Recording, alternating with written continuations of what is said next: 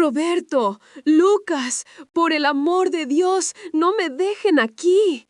Grité con la voz quebrada, sintiendo cómo el frío del agua traspasaba mis zapatillas de lana y me mordía la piel. El sonido del motor de la lancha rugió con una violencia que me hizo temblar más que el propio viento helado.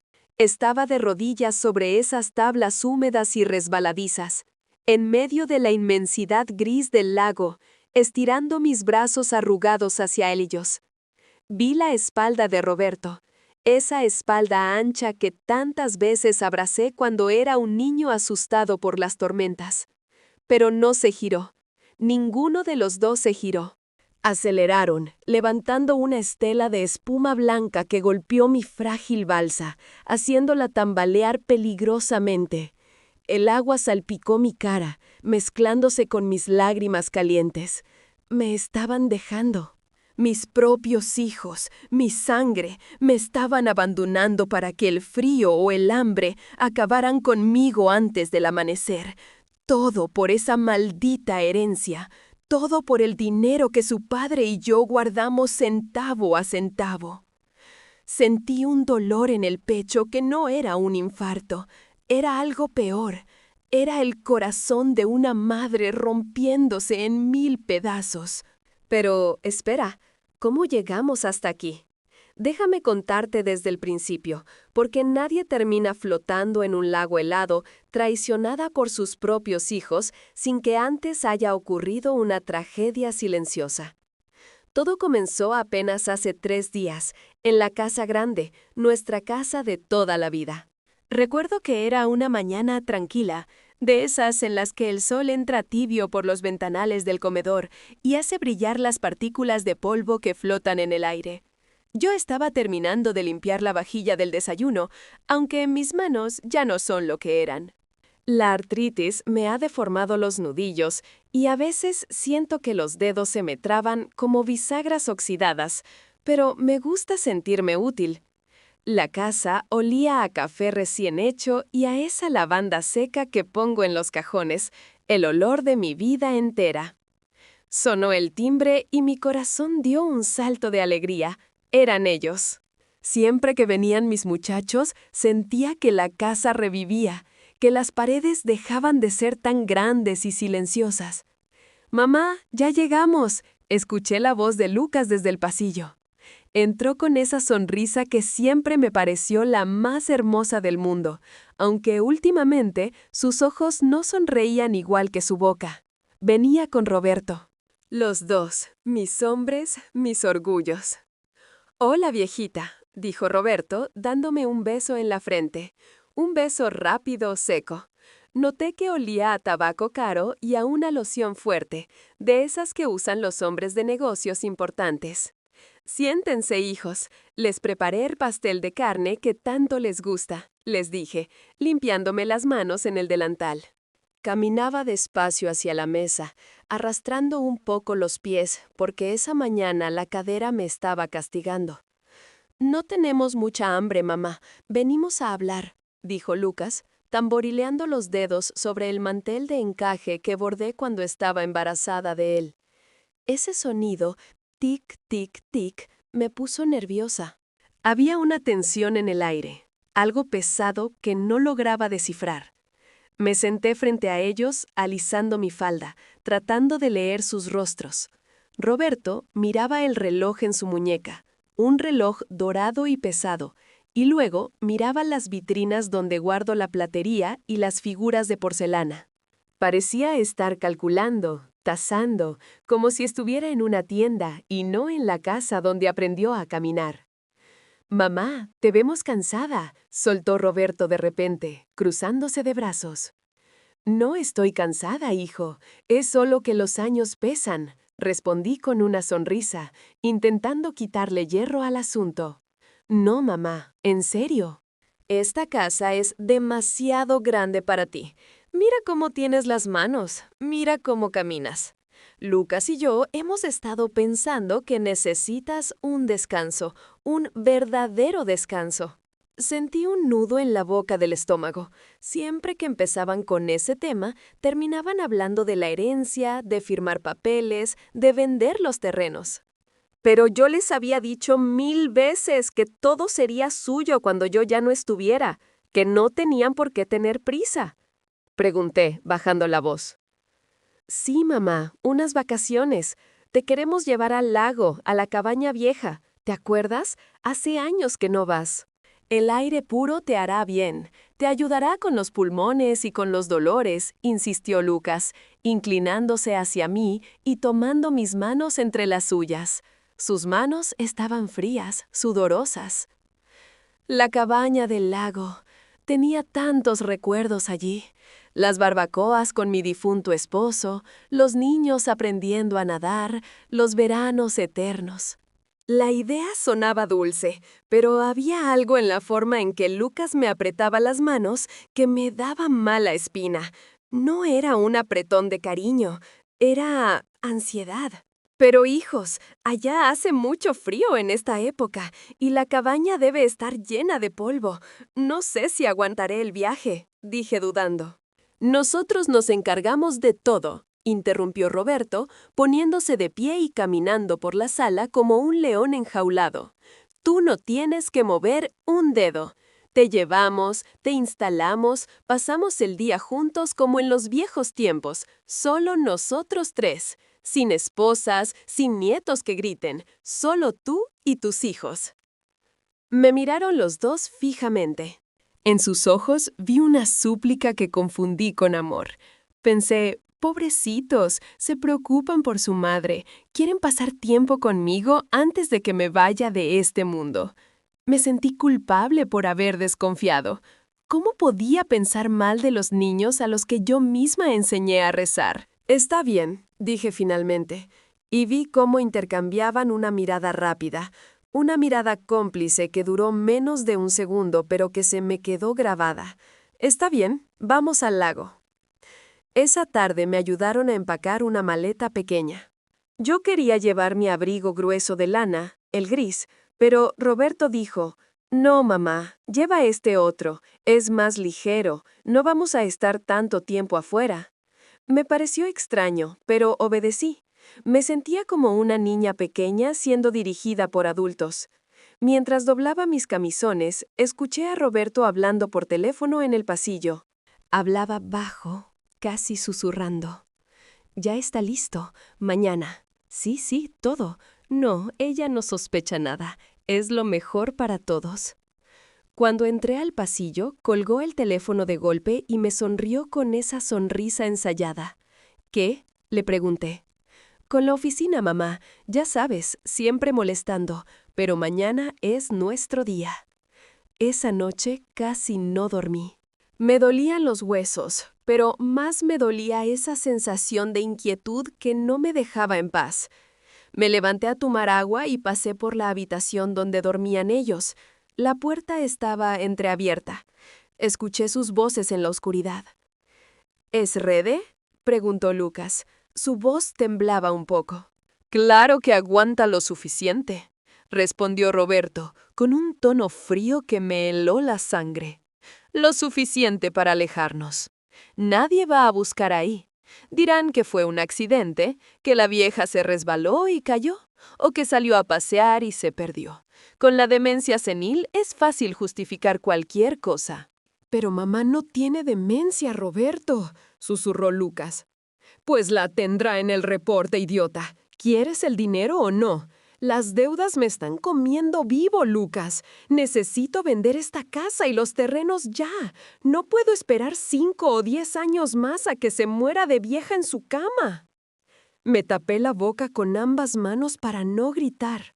Las lágrimas empezaron a correr por mis mejillas arrugadas en silencio. Me quedé paralizada en el pasillo oscuro, con mi camisón blanco, sintiéndome como un fantasma en mi propia casa. Mis hijos, mis niños, estaban hablando de mí como si fuera un mueble viejo que estorba, un obstáculo entre ellos y el dinero. Quise entrar, quise gritarles, quise pegarles con mi bastón, pero el miedo me paralizó. el miedo y una tristeza tan profunda que sentí que me ahogaba. Regresé a mi cama temblando, no de frío, sino de horror. Me dije a mí misma que había escuchado mal, que mi oído fallaba, que seguramente hablaban de otra cosa. Una madre siempre busca excusas para perdonar, siempre busca negar la maldad en sus hijos. Me convencí, forzadamente, de que era una pesadilla. A la mañana siguiente me subieron al auto. Roberto manejaba y Lucas iba de copiloto. Yo iba atrás, mirando por la ventana cómo la ciudad se alejaba y dábamos paso a los caminos de tierra y a los bosques. Nadie hablaba. No había música. Solo el sonido de las llantas contra la grava. ¿Tienen sed, mis niños? Traje unos jugos, dije, tratando de romper ese silencio que pesaba como una lápida. No, mamá, gracias, dijo Roberto mirando por el retrovisor. Sus ojos se encontraron con los míos y por un instante vi algo oscuro en ellos, una determinación cruel. Desvió la mirada rápidamente. Llegamos al lago al mediodía. El lugar estaba desierto. La cabaña se veía más vieja y abandonada de lo que recordaba, con las ventanas sucias y la madera carcomida. No entramos a la casa. «Vamos directo al agua, mamá. Alquilamos una lancha para dar un paseo», dijo Lucas. Estaba pálido y sudaba, a pesar de que el viento soplaba fresco. Me ayudaron a bajar hasta el muelle. Allí estaba la lancha, moderna y rápida, y atada a ella una balsa vieja, de esas que se usan para reparaciones o carga ligera, hecha de tablas mal clavadas sobre unos flotadores de goma desgastados. ¿Es?, pregunté señalando la balsa. Es para llevar las cosas del picnic, para tener más espacio en la lancha, mintió Roberto. Su voz sonaba metálica. Me subieron a la lancha. El lago estaba inmenso, gris y silencioso. No había nadie en kilómetros, solo nosotros, el cielo nublado y el agua profunda. Avanzamos hacia el centro del lago. Yo me agarraba el sombrero con una mano y el borde del asiento con la otra. El viento me golpeaba la cara y cerré los ojos, intentando disfrutar, intentando olvidar lo que había escuchado la noche anterior. De repente, el motor se detuvo. El silencio cayó sobre nosotros de golpe. Estábamos justo en el centro, donde no se ve bien ninguna orilla. ¿Qué?, pregunté asustada. Problemas con el motor, dijo Roberto. Mamá, tienes que pasarte a la balsa un momento. Necesito levantar la tapa del motor y tú estorbas aquí sentada. ¿A la balsa? Pero hijo, eso se ve inseguro. Haz lo que te digo, mamá, gritó, y fue la primera vez que me gritó con verdadero odio. Me agarró del brazo con fuerza, clavándome los dedos, y me obligó a levantarme. Lucas no me miraba. Miraba hacia el horizonte, como si quisiera estar en cualquier otro lugar. Me empujaron. No fue un movimiento suave. Me forzaron a bajar a esa plataforma inestable. Mis pies resbalaron y caí de rodillas sobre la madera húmeda. El agua fría me empapó la falda al instante. «Listo», dijo Roberto. Y con un movimiento rápido desató la cuerda que unía la balsa a la lancha. ¿Qué hacen, hijos?, grité, intentando ponerme de pie, pero la balsa se movía demasiado. Es lo mejor, mamá. Ya viviste suficiente, dijo Roberto, y en ese momento arrancó el motor. El ruido fue ensordecedor.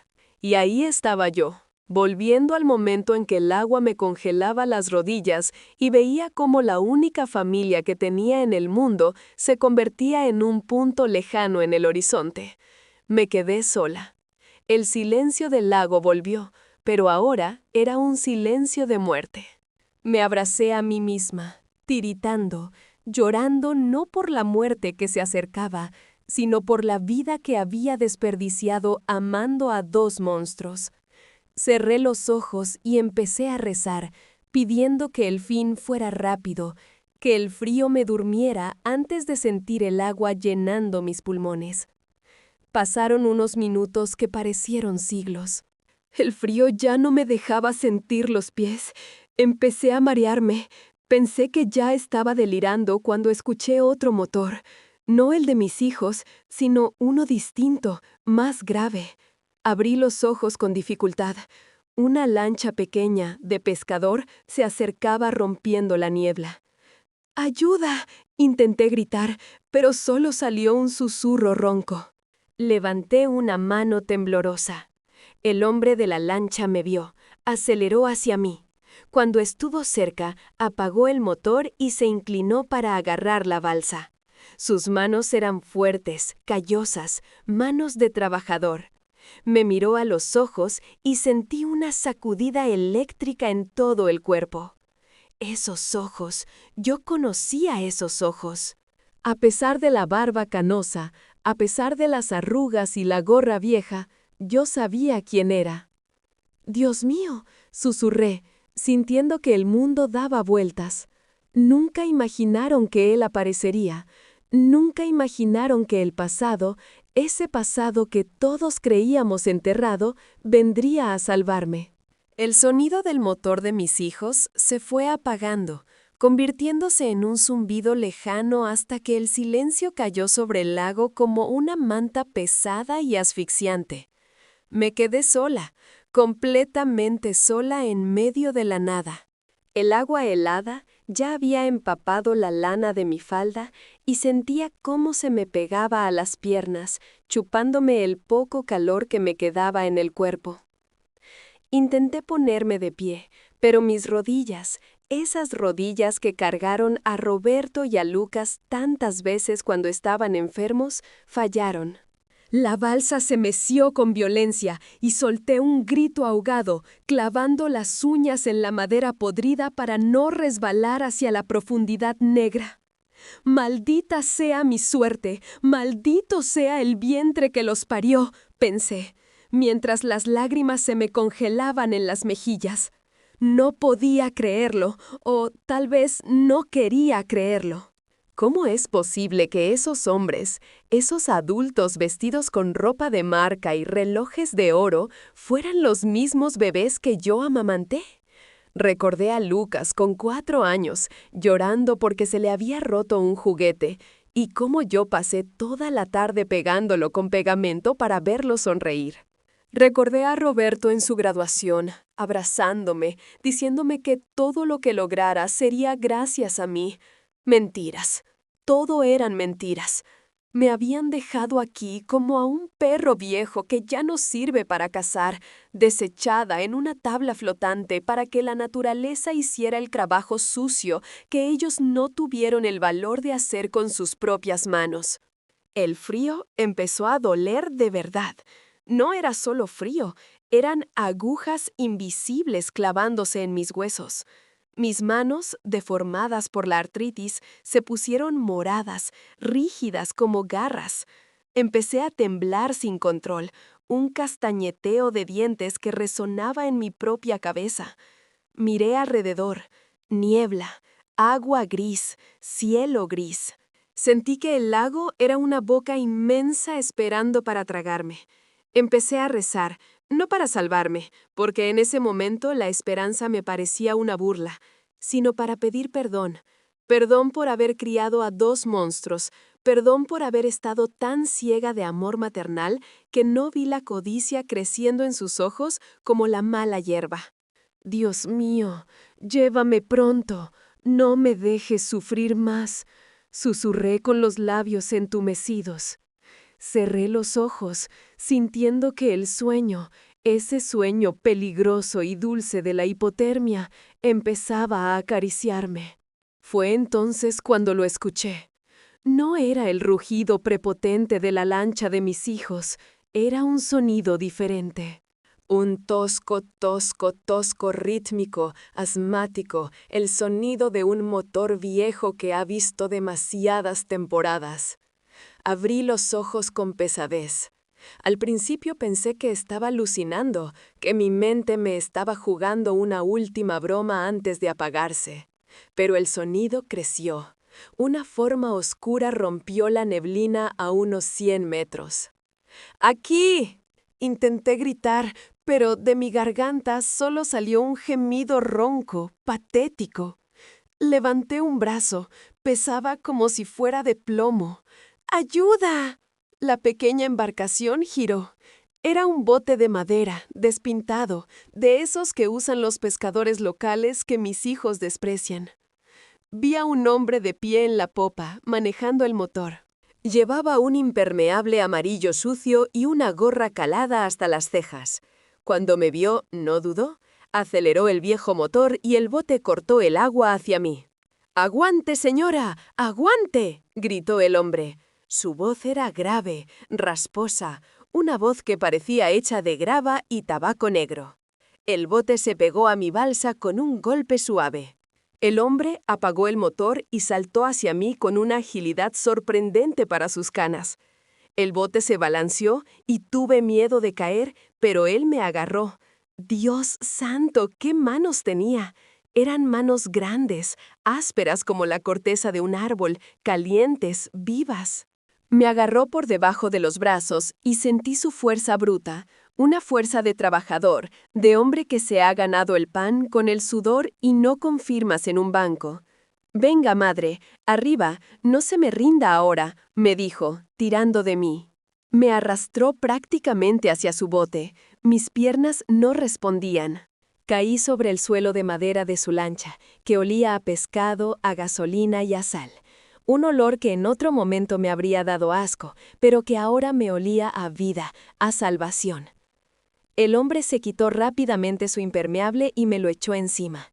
Luego buscó una manta de lana gruesa, vieja y llena de remiendos, y me envolvió con ella frotándome los brazos con vigor. «Respire, respire hondo, ya está a salvo». Esos malnacidos la dejaron tirada, lo vi todo desde la orilla, gruñó él, con una rabia que me sorprendió. Sus ojos, bajo la sombra de la gorra, brillaban con furia. Yo no podía dejar de temblar. Mis dientes chocaban tanto que temía partírmelos. Él se arrodilló frente a mí, me tomó la cara con esas manos callosas y me obligó a mirarlo. «Míreme, señora, no se duerma, míreme a los ojos». Levanté la vista, y entonces el mundo se detuvo. El frío desapareció por un segundo, reemplazado por un golpe de reconocimiento que me cortó la respiración más que el agua helada. Esa barba blanca y desaliñada ocultaba su rostro. Las arrugas habían trazado mapas profundos en su piel curtida por el sol. Pero esos ojos color miel, con esa mancha verde en el izquierdo, yo los conocía. Los conocía de otra vida, de una vida antes de mi esposo, antes de la mansión, antes de mis hijos ingratos. «¿Mateo?», susurré, apenas un hilo de voz que se perdió en el viento. El hombre se quedó inmóvil. Sus manos, que frotaban mis brazos, se detuvieron. Se quitó la gorra lentamente, dejando al descubierto una cabeza de pelo blanco revuelto. Me miró con una intensidad que me hizo sentir joven y vieja al mismo tiempo. Hubo un silencio largo, solo roto por el chapoteo del agua contra el casco de madera. «Sofía», dijo él, y la forma en que pronunció mi nombre, con esa mezcla de dolor antiguo y ternura infinita, me rompió por dentro. No me llamaba mamá con hipocresía, ni señora con distancia. Era Mateo, el jardinero, el hombre al que mis padres me prohibieron amar hace 50 años porque no tenía apellido ni fortuna. El hombre que desapareció un día sin despedirse para que yo pudiera casarme con un buen partido. «Eres tú», dije, y empecé a llorar, pero esta vez era un llanto diferente, un llanto de alivio, de vergüenza, de incredulidad. «Creí que habías muerto», me atreví a decir entre sollozos, aferrándome a su camisa de franela a cuadros. «Y yo creí que tú eras feliz, Sofía». «Creí que vivías como una reina en tu castillo», contestó él, con una tristeza amarga, mientras me limpiaba una lágrima con su pulgar rasposo. «Nunca imaginé encontrarte así, tirada como basura por tu propia sangre». «Mis hijos», intenté explicar, pero la vergüenza me ahogó. ¿Cómo podía decirle al único hombre que me había amado desinteresadamente que el fruto de mi matrimonio perfecto había intentado asesinarme? Chist, no hables ahora, no gastes fuerzas, me ordenó con suavidad, volviendo a frotar mis manos para darles calor. Ya habrá tiempo para hablar. Ahora tengo que sacarte de aquí antes de que el frío te llegue al corazón. Se levantó y fue hacia el motor. Tiró de la cuerda con fuerza y el viejo motor tosió y arrancó de nuevo.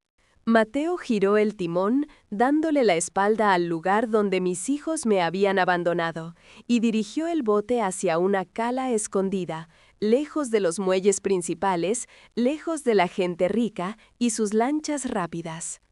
Yo me quedé allí, hecha un ovillo bajo la manta que olía a él, mirándole la espalda. Esa espalda ancha que, aunque encorvada por los años, seguía siendo firme. Mis hijos, con todos sus másteres y sus empresas, no tenían ni la mitad de la hombría que tenía este pescador anciano. La ironía del destino me golpeó con fuerza. Los hijos a los que les di todo, mi juventud, mi dinero, mi vida, me tiraron al agua para morir. Y el hombre al que le rompí el corazón, al que abandoné por cobardía y obediencia social, era quien me estaba salvando. Mateo se giró un momento para ver si yo seguía consciente.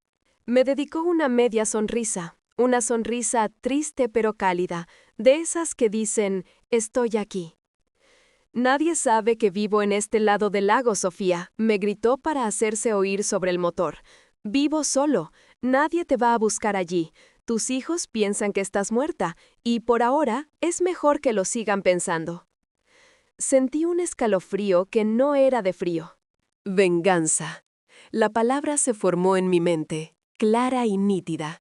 Mis hijos estaban brindando ahora mismo, seguramente, pensando en cómo se repartirían mis joyas y venderían mi casa. No sabían que el pasado, ese pasado humilde que ellos despreciaban, acababa de rescatarme.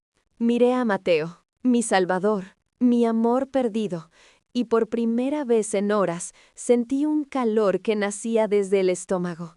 No iba a morir hoy, no les iba a dar ese gusto. Llévame a casa, Mateo, susurré para mí misma, cerrando los ojos mientras el bote cortaba el agua hacia una orilla segura. Esta historia no ha terminado, apenas acaba de empezar. Mis propios hijos me arrojaron como un desperdicio en medio de aquel lago helado, dejándome en una balsa podrida para que la muerte me llevara y ellos pudieran repartirse mi herencia. Pero apenas 10 minutos después, cuando ya me despedía de la vida, apareció un hombre en una lancha para rescatarme, y mis hijos jamás, ni en sus peores pesadillas, imaginaron quién era él en realidad. El rugido del motor de la lancha de Roberto se fue haciendo cada vez más pequeño, un zumbido de mosquito que se alejaba hacia la orilla, hasta que desapareció por completo. Y entonces, el silencio. Un silencio absoluto, aterrador, que solo se rompiera por el chapoteo del agua negra golpeando las tablas viejas debajo de mis pies. Me quedé allí, petrificada, abrazándome el pecho con tanta fuerza que sentía mis propias costillas crujir bajo la tela del abrigo. El frío no tardó en entrar. No era solo el viento, era la humedad del lago que se me metía por los poros, calándome los huesos, esas articulaciones mías que ya de por sí dolían con cada cambio de clima y que ahora ardían como si me estuvieran clavando agujas de hielo. Miré hacia la orilla, pero la niebla ya se había tragado el horizonte. No había nada, solo gris arriba y gris abajo. Mis rodillas temblaron y tuve que sentarme con cuidado en el centro de la balsa para no volcarla. La madera estaba empapada y sentí cómo el agua fría me mojaba las ancas y los muslos al instante. Empecé a llorar, pero no era un llanto a gritos, era un gemido seco, de esos que duelen en la garganta. Pensé en Lucas cuando tenía 5 años y me traía flores de diente de león del jardín, con sus manitas sucias de tierra, diciéndome que yo era la mamá más linda del mundo.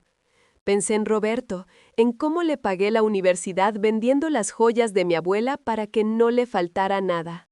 ¿En qué momento esos niños dulces se convirtieron en los monstruos que acababan de dejarme aquí para que me ahogara? Le pregunté al cielo plomizo. La culpa me pesaba más que el miedo a morir. Sentí que el corazón me latía despacio, cansado, como si él también quisiera rendirse. Mis manos se pusieron moradas y rígidas, ya no las sentía.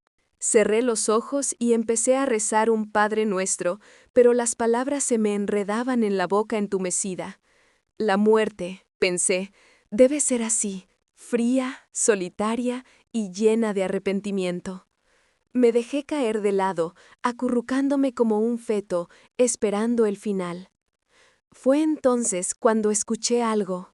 Al principio creí que era el viento silbando entre las tablas, pero el sonido se hizo más rítmico. Poc, poc, poc, poc. Era un motor, pero no como el de mis hijos.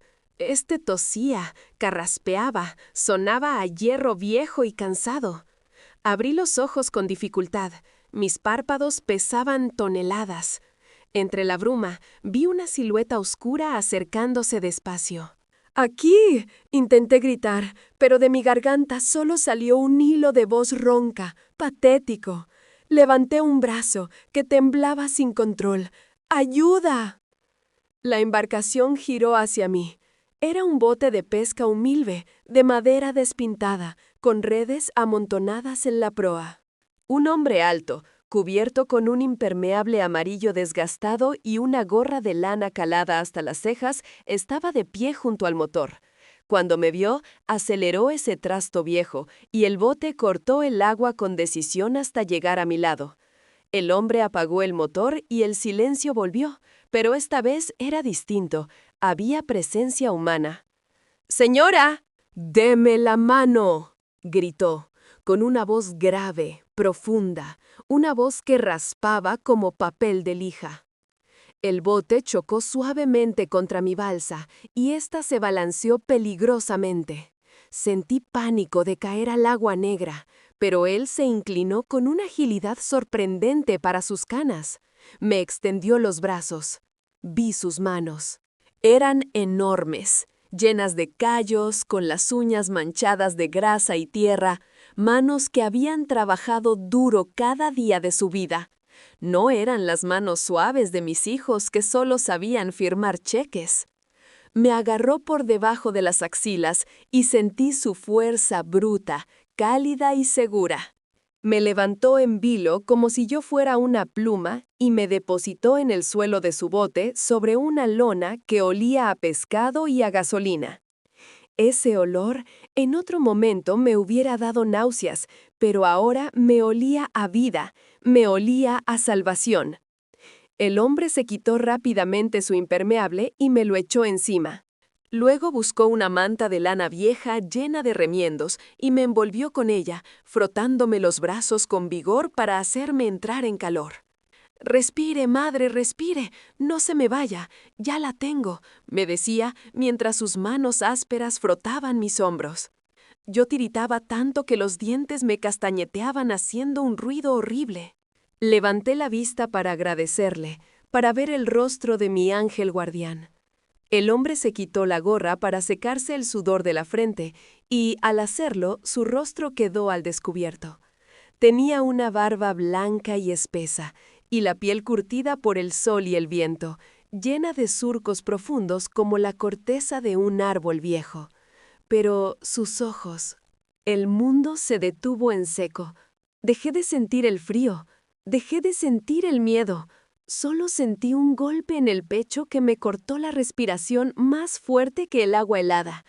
Esos ojos color miel, con esa pequeña mancha café en el izquierdo, yo los conocía. Los había soñado 1000 noches durante los últimos 50 años. «¿Mateo?», susurré. La palabra salió de mis labios como un fantasma del pasado. El hombre se quedó inmóvil. Sus manos, que me frotaban los brazos, se detuvieron en seco. Entornó los ojos, mirándome fijamente, como si intentara ver a través de las arrugas, a través del pelo blanco y empapado, buscando a la mujer que fui. Vi cómo su expresión cambiaba del asombro a la incredulidad y luego a una emoción tan intensa que sus ojos se llenaron de lágrimas. «Sofía», dijo él. Y al escuchar mi nombre en su voz, esa voz que no había escuchado en décadas, sentí que volvía a tener 20 años. No me dijo señora ni doña Sofía. Dijo mi nombre a secas, con esa familiaridad dolorosa que solo tienen los que se han amado en secreto. «Dios santo, eres tú», dije, y rompí a llorar de nuevo. Pero esta vez me aferré a su camisa de franela a cuadros, hundiendo mi cara en su pecho. Olía a tabaco barato y a madera. El mismo olor que tenía cuando trabajaba en el jardín de mis padres, cuando nos escondíamos detrás del invernadero para robarnos besos que sabían a prohibido. Creí que te habías ido al norte, balbuceé entre sollozos. Y yo creí que vivías como una reina en tu palacio, Sofía, contestó él con una voz rota, acariciándome el pelo mojado con una ternura que creí extinta en este mundo. Nunca imaginé encontrarte así, tirada como basura en medio de la nada. La vergüenza me quemó la cara. ¿Cómo decirle? ¿Cómo explicarle al hombre humilde al que rechacé por ser pobre, al que mis padres corrieron a patadas por no tener apellido, que mis hijos, bien nacidos, los hijos del hombre rico con el que me casaron, habían intentado matarme?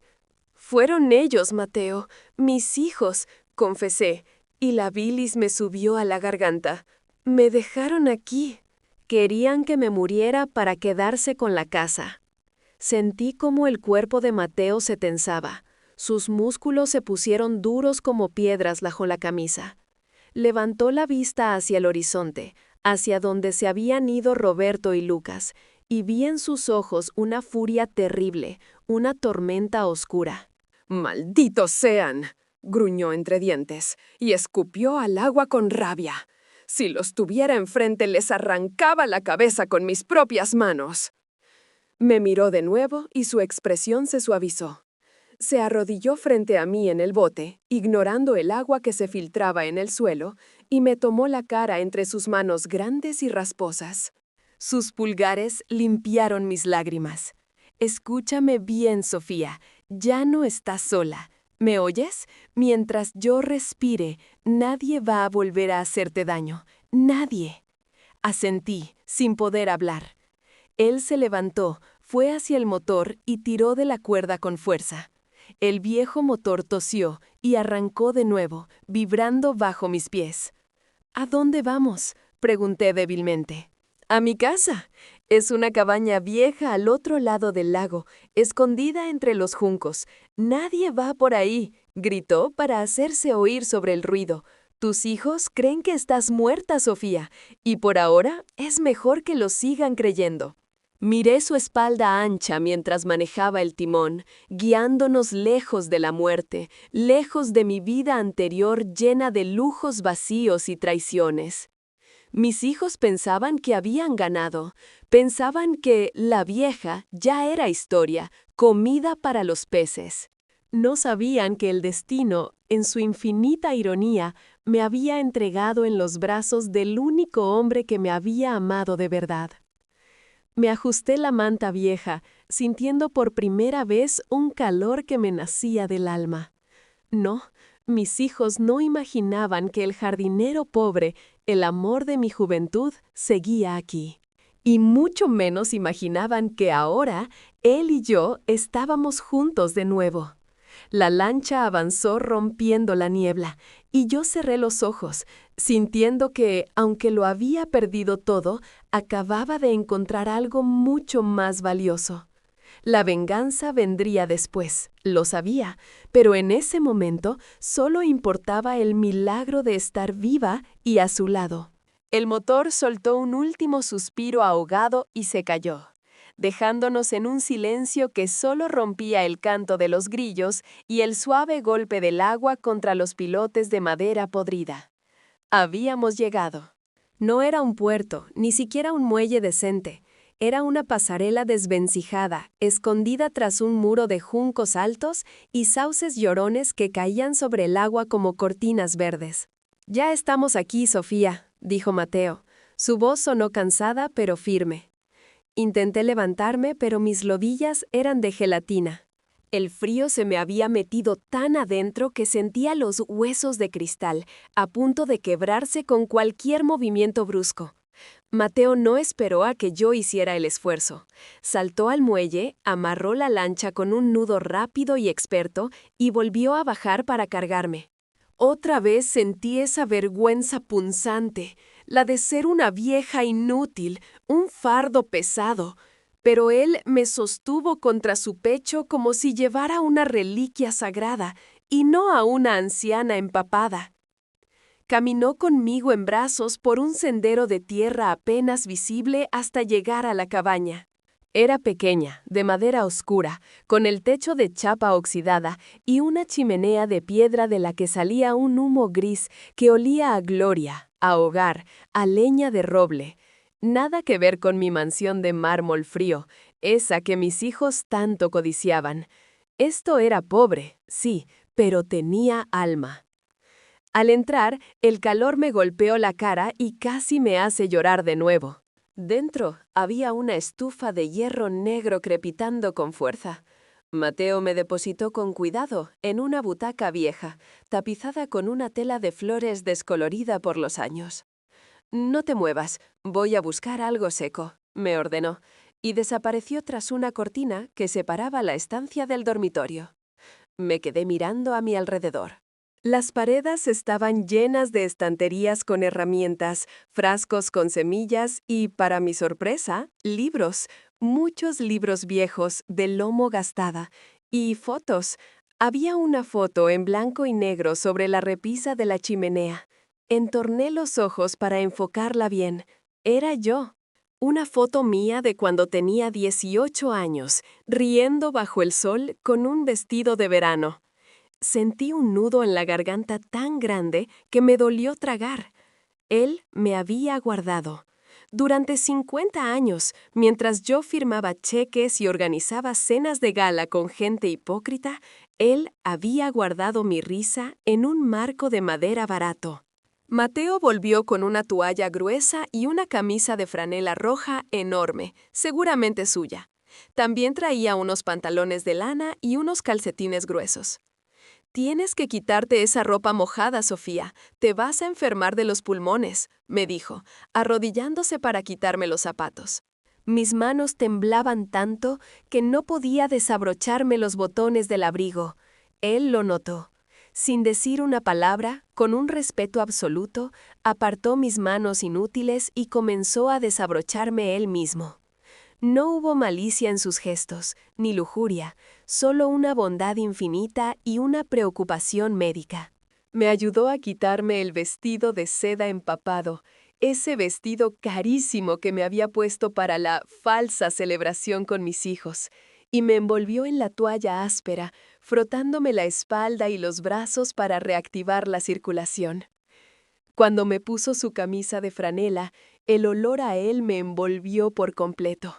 Olía a tabaco de pipa, a resina de pino y a jabón de lavanda. Me sentí más vestida y más digna con esa camisa vieja de leñador que con todas las pieles y joyas que había usado en mi vida. «Siéntate cerca del fuego, voy a hacer café», dijo, y se fue hacia una pequeña cocina de gas. El sonido del agua hirviendo y el tintineo de las cucharas me arrullaron. Por primera vez en horas dejé de temblar. Mateo regresó con 2 tazas de metal esmaltado, de esas que queman los labios si no tienes cuidado. Me puso una en las manos. El café estaba negro, fuerte, humeante. «Bébelo despacio», advirtió, sentándose en una silla de madera frente a mí. Di un sorbo pequeño. El líquido caliente bajó por mi garganta como un bálsamo, descongelándome por dentro. Miré a Mateo a través del vapor de la taza.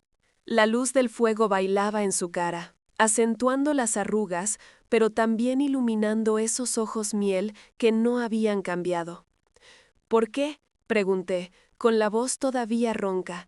¿Por qué me ayudaste, Mateo, después de lo que te hice, después de cómo te dejé para casarme con Ernesto? No merezco que me salves, merezco esa balsa. Mateo suspiró y se pasó una mano por la barba blanca.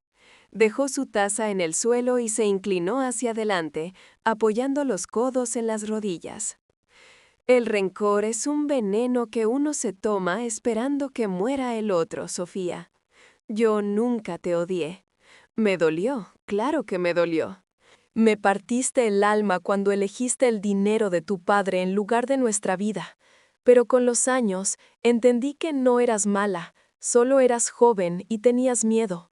Eras una niña asustada obedeciendo a sus padres. Bajé la cabeza, avergonzada. Una lágrima cayó dentro de mi café, haciendo ondas en el líquido negro. Creé monstruos, Mateo, susurré. Mis hijos, Roberto y Lucas, les di todo. Colegios privados, coches, viajes, caprichos. Nunca les dije que no. Y hoy me miraron a los ojos mientras me empujaban a la balsa. Se reían, Mateo, se reían mientras su madre se alejaba hacia la muerte. ¿Cómo puede una madre equivocarse tanto? Mateo estiró la mano y tomó la mía. Su palma era callosa, dura como una lija, pero transmitía una seguridad que yo no había sentido jamás con Ernesto, mi difunto marido. No es culpa tuya que hayan salido podridos, Sofía. El dinero pudre a la gente si no tienen cimientos. Ellos aman lo que tienes, no lo que eres. Pero mírame. Levanté la vista. Él me apretó la mano con fuerza. Tú estás viva, aquí, conmigo, en esta cabaña que se cae a pedazos, pero estás viva. Ellos creen que ganaron. Creen que mañana van a ir al notario a leer el testamento y a brindar con champán. Se levantó y echó un tronco más al fuego. Las chispas saltaron, iluminando la habitación con un destello naranja. Se quedó de espaldas a mí, mirando las llamas, y su voz se volvió más grave, más oscura. No saben con quién se han metido. No saben que la mujer que tiraron al lago ya no existe. Esa mujer débil murió en la balsa. La que está sentada aquí, bebiendo mi café, es una sobreviviente. Sentí un escalofrío, pero esta vez no era de frío.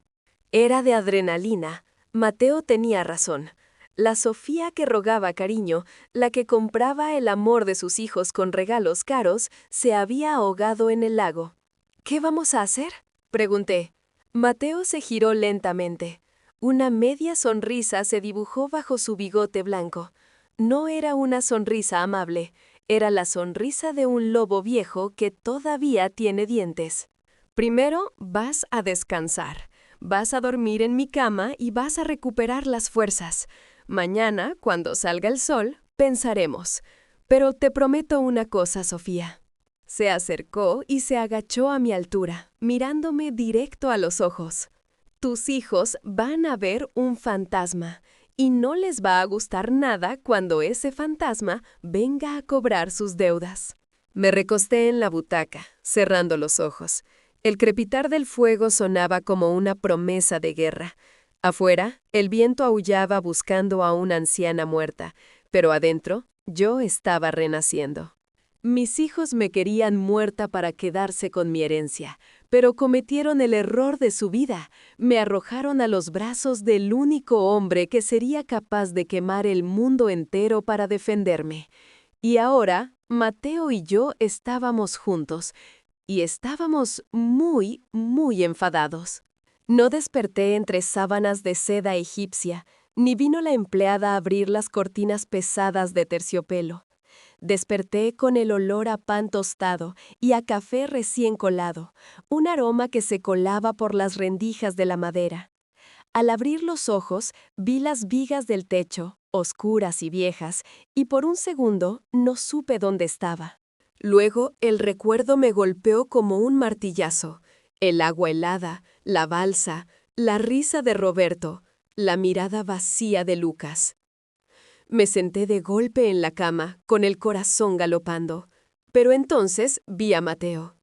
Estaba sentado en una silla de anea junto a la ventana, remendando una red de pesca con una aguja grande y paciencia infinita.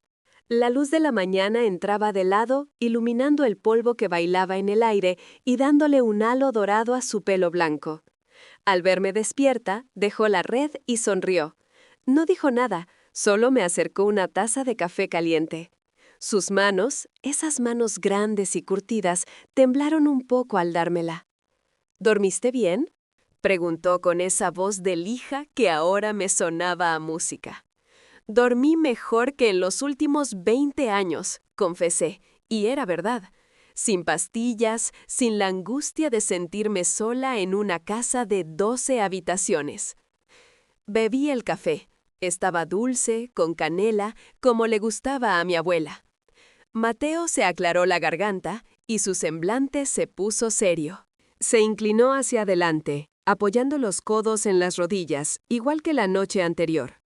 Sofía, fui al pueblo temprano, antes de que despertaras. Fui a la comisaría. Hablé con el sargento Gómez. Es hijo de un viejo amigo mío, un buen muchacho. Se me heló la sangre. La realidad del mundo exterior amenazaba con entrar en nuestra burbuja.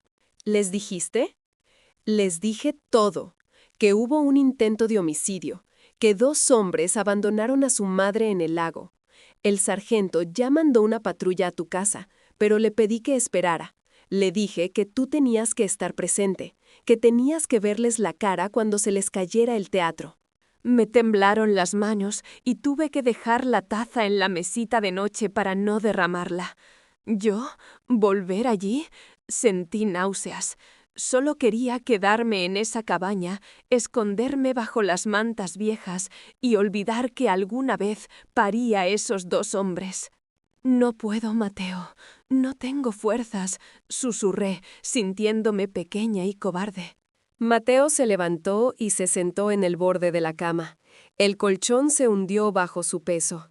Me tomó las manos y las apretó fuerte, transmitiéndome su calor, su rabia contenida y su valentía. Mírame, Sofía, tú no eres esa viejita que ellos creen. Tú eres la mujer que sobrevivió a una noche en el lago. Si no vas, si no los enfrentas, ellos ganan. Se quedarán con tu miedo para siempre. Tienes que ir para cerrar esa puerta. Y no vas a ir sola. Yo voy a estar a tu lado, hombro con hombro. No te voy a soltar. Sus ojos miel me miraban con tanta intensidad que sentí una chispa de orgullo encenderse en mi pecho. Tenía razón. Si me escondía, moriría de pena en vida. Tenía que matarlos yo a ellos, no con un arma, sino con la verdad. Está bien, dije, y mi voz sonó más firme de lo que esperaba. Llévame a casa. El viaje en la lancha fue diferente esta vez. El lago estaba tranquilo, un espejo de plata bajo el sol de la mañana. El aire era fresco y limpio. Mateo manejaba el motor con una mano y con la otra sostenía la mía. No me soltó ni un instante. A medida que nos acercábamos a mi propiedad, vi el muelle privado, el jardín inmenso perfectamente cuidado y la mansión blanca imponiéndose sobre la colina. Antes me parecía un palacio, ahora me parecía un mausoleo frío y pretencioso. Vimos 2 coches de policía aparcados en la entrada de grava, con las luces apagadas. Y vimos a mis hijos. Estaban en la terraza que da al lago, Roberto y Lucas. Llevaban puestas gafas de sol y sostenían vasos de whisky, aunque no eran ni las 11 de la mañana. Vi a Lucas señalar al lago y reírse de algo que dijo Roberto. Estaban celebrando. Estaban brindando por mi muerte. Sentí un dolor tan agudo en el vientre que tuve que doblarme, como si me hubieran dado una patada. Era el dolor físico de la traición, el cordón umbilical que se pudría y se rompía para siempre. Mateo apagó el motor y dejó que la inercia llevara la lancha suavemente hasta el muelle. El silencio era absoluto. Solo se oía el chapoteo del agua. Roberto fue el primero en vernos. Se quitó las gafas de sol lentamente, frunciendo el ceño, molesto porque un pescador sucio se atrevía a acercarse a su muelle privado. Se levantó de la silla de mimbre y caminó hacia la barandilla. «Oiga, esto es propiedad privada. Lárguese de aquí con esa chatarra», gritó Roberto, con esa prepotencia que yo misma le había financiado. Mateo no contestó. Amarró el bote con calma. Luego se giró y me tendió la mano para ayudarme a subir. Me puse de pie. Llevaba la camisa de franela de Mateo y sus pantalones remangados. Mi pelo blanco estaba revuelto y sin peinar, pero cuando levanté la vista hacia la terraza, me sentí más alta que nunca. Lucas se había acercado a la barandilla también. Vi el momento exacto en que me reconoció. Su vaso de whisky se le resbaló de la mano y se estrelló contra el suelo de terracota. El sonido del cristal roto fue como un disparo. «¿Mamá?», se le oyó decir, un susurro que el viento nos trajo. Roberto se puso pálido como la cera. Se agarró a la barandilla como si el suelo se hubiera abierto bajo sus pies. Sus ojos se desorbitaron. Parecían ver a un demonio, a un fantasma salido de las profundidades para arrastrarlos al infierno. Caminé por el muelle, con Mateo a mi lado. Subimos las escaleras de piedra que llevaban a la terraza. Cada paso me costaba. Mis piernas de 80 años dolían, pero la furia me empujaba hacia arriba. Cuando llegamos arriba, mis hijos retrocedieron. Roberto chocó contra la mesa y casi la tira. Pero, balbuceó Roberto, sudando a chorros. «Mamá, nosotros te estábamos buscando. Creímos que te habías caído. Estábamos desesperados. Íbamos a llamar a la policía». «¡Cállate!», grité. El grito salió de mis entrañas, rasgando mi garganta, un sonido animal y terrible que los hizo saltar. No hubo lágrimas. Ya no me quedaban. Me acerqué a ellos. Olían a alcohol caro y a miedo. Los miré, uno por uno. Miré a Lucas, a quien yo había acunado cuando tenía fiebre. Miré a Roberto, a quien perdoné cuando robó dinero de mi cartera a los 15 años. Los escuché, dije con voz helada, mirándolos fijamente a los ojos. Escuché lo que dijeron en la balsa. «¡Que se muera la vieja! Por fin el dinero es nuestro». Lo escuché todo mientras el agua me congelaba los huesos. «Mamá, por favor, estás confundida. Es la edad», intentó decir Lucas, temblando. «No me llames mamá», le corté, y mi voz resonó en todo el jardín. «Ustedes no tienen madre. Mis hijos murieron anoche». Se ahogaron en su propia codicia. Lo que tengo delante son 2 desconocidos, 2 delincuentes. En ese momento, las puertas de cristal de la sala se abrieron y salieron 3 oficiales de policía, acompañados por el sargento Gómez. Mis hijos giraron la cabeza, acorralados. «Señores, quedan detenidos por intento de homicidio agravado por el vínculo familiar», dijo el sargento, con voz grave, mientras sacaba las esposas. Roberto intentó correr, un gesto patético e inútil, pero un oficial joven lo placó contra la mesa del jardín. Lucas se echó a llorar, cayendo de rodillas, gritando mi nombre, pidiendo perdón, diciendo que fue idea de su hermano, que él no quería. Me quedé inmóvil, viéndolos. Vi cómo les ponían las esposas, vi cómo los levantaban a la fuerza. Roberto me miró con odio puro mientras lo arrastraban. «¡Estás loca, vieja! ¡Te vas a pudrir sola en esta casa!». «Nadie te quiere», me escupió. Mateo dio un paso adelante, con los puños cerrados, listo para romperle la cara, pero yo le puse una mano en el pecho para detenerlo. No valía la pena. «Tienes razón, Roberto», dije con una calma que me sorprendió a mí misma.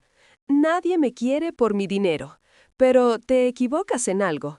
No me voy a quedar en esta casa». Los policías se los llevaron. El ruido de las sirenas se alejó por el camino de entrada, llevándose con ellas 50 años de mentiras, de una familia falsa construida sobre cimientos de barro. El jardín quedó en silencio. El sol brillaba sobre las flores perfectas que el jardinero cuidaba, esas flores que yo nunca me detenía a mirar. Me giré hacia la casa, mi mansión, mi cárcel de oro.